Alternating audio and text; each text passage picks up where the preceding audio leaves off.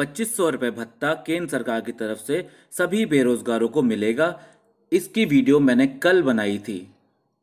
इसके बाद भत्ते की भनक लगते ही रोजगार कार्यालय में बेरोजगारों की भीड़ जमा होने लगी। उनका सवाल था कि इसका पंजीकरण कैसे कराना है, क्या इसकी पूरी प्रोसेस होगी और किस तरीके से हम लोग ये भत्ता प्राप्त कर पाएंगे। दोस्तों, इसी पर है आज की ये वीडियो। देखते हैं क्या है ये पूरा मामला। सबसे पहले my career Hindi YouTube channel पर। केंद्र सरकार बेरोजगारों को हर माह ₹2500 भत्ता दे सकती है। यह बात सामने आते ही 4 साल बाद क्षेत्रीय सेवा योजन कार्यालय यानी रोजगार दफ्तर भी कहते हैं, जो कि हर जगह होता है, रोजगार दफ्तर में पंजीकरण कैसे होगा ये जानने के लिए शनिवार को वहां बेरोजगारों की भीड़ लगी रही। इससे पहले अखिलेश सरकार ने अपने कार्यकाल के शुरुआती वर्षों में बेरोजगारों को प्रतिमाह ₹1000 भत्ता दिया था। उस वक्त अकेले प्रयागराज जिले में ही 1.5 लाख से अधिक बेरोजगारों ने रोजगार दफ्तर में पंजीकरण कराया था और बेरोजगारी भत्ते के लिए 60,000 से अधिक फॉर्म जमा किए गए थे। वर्ष 2014 के बाद बेरोजगारी भत्ता बंद कर दिया गया और जून 2015 से रोजगार कार्यालय में बेरोजगारों का पंजीकरण पूरी तरह से ऑनलाइन करा दिया गया।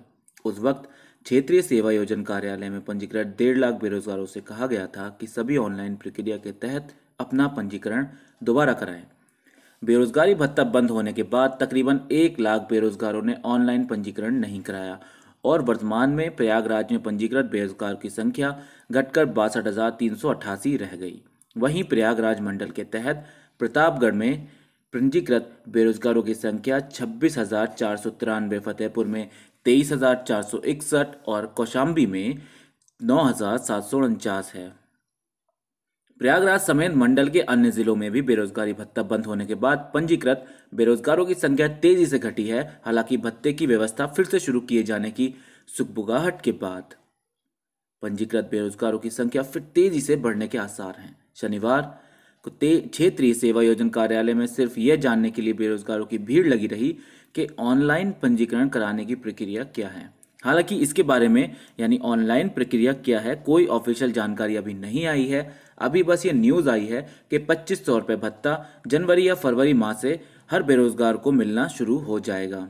अगर केंद्र सरकार बेरोजगारों को पंजीकरण भत्ता देती है तो देश भर में तकरीबन लाभ मिल सकता है। प्रयागराज जिले में तकरीबन 62,388 बेरोजगार पंजीकृत हैं, लेकिन भत्ता मिलने की सूचना के बाद जिस तरह से रोजगार दफ्तर पर फिर से बेरोजगारों की भीड़ जुटने लगी है, उसे देखते हुए अनुमान है कि प्रयागराज में पंजीकृत बेरोजगारों की संख्या फिर से 1.5 लाख के पार जा सकती है। पंजीकरण की प्रक्रिया अब पूरी तरह से ऑनलाइन हो चुकी है। इसके लिए बेरोजगारों को रोजगार दफ्तर की लंबी लाइन लगाने की जरूरत भी नहीं पड़ेगी। ऐसे में लोगों के लिए पंजीकरण कराना भी आसान होगा। लेकिन मेरा कहना यह है कि बेरोजगारी भत्ता देने के बजाय सरकार को नौकरियां देनी चाहिए, और अगर नौकरी नहीं दे सकती, जो ये फॉर्म की फीस जाती है ₹500, ₹1000, कई जगह ₹250, ₹500, ₹1000 ये फीस जाती है, इसको शून्य कर देना चाहिए।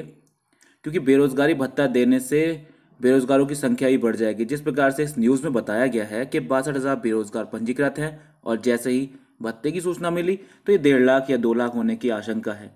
तो इससे तो आप बेरोजगारी संख्या खुद से ही बढ़ा रहे हैं। फिलहाल मेरा ओपिनियन यह है कि फॉर्म की फीस को बिल्कुल ही समाप्त कर देना चाहिए, और दूसरी बात, बेरोजगारी भत्ता देने के बजाय बेरोजगारी को ख़त्म करने पर ध्यान देना चाहिए। चलिए, फिलहाल इस वीडियो के लिए इतना ही।